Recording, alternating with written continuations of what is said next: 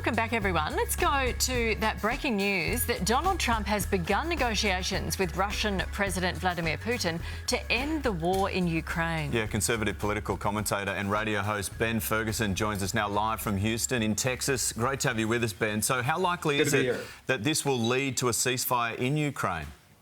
I think it's very likely. I think if you look at what the president said leading into the election day, which was, I'm going to have a good relationship and try to end this insanity. And I'm going to talk to Zelensky. I'm going to talk to Putin. I'm going to work this out.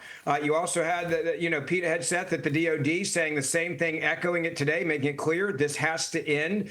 And I don't think that Vladimir Putin wants to deal with the alternative if he refuses to come to the table. And that is dealing with Donald Trump and what he's already been dealing with, look, tariffs. Something else we're going to be talking about, but the president's come to the table saying, you either show up and let's get a deal done. If you don't, I'm going to make life really hard for you. And I don't think you want that. So let's stop the killing. Yeah, so let's talk about tariffs, because that's leading the news in Australia this week. Yeah.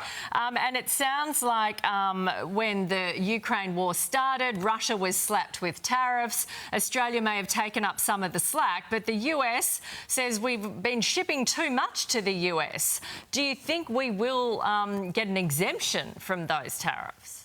Yeah, based on what the president said, I don't know right now. And the reason why is the president said, look, this is a national security issue for us first and foremost, and we witnessed this during COVID, and we need to make sure that we have an industry that's robust in the U.S. to protect ourselves on national security issues. When he was president from 16 to 20, the imports dropped by about a third coming from Australia and other countries. So this is a part of his foreign policy from back in 16 through 20 in his first administration. He clearly thinks it's even more important now during this second administration. And I don't think it's a trade war as in like, I don't like Russia or I say Australia. This is more of we got to protect American interests. We need to have our manufacturing go back up. That's what it boils down to him. Yeah, it's his number one negotiating tool, isn't it? Ben Ferguson, thanks for your time. We'll keep talking about this. We'll get you back on soon. Thanks.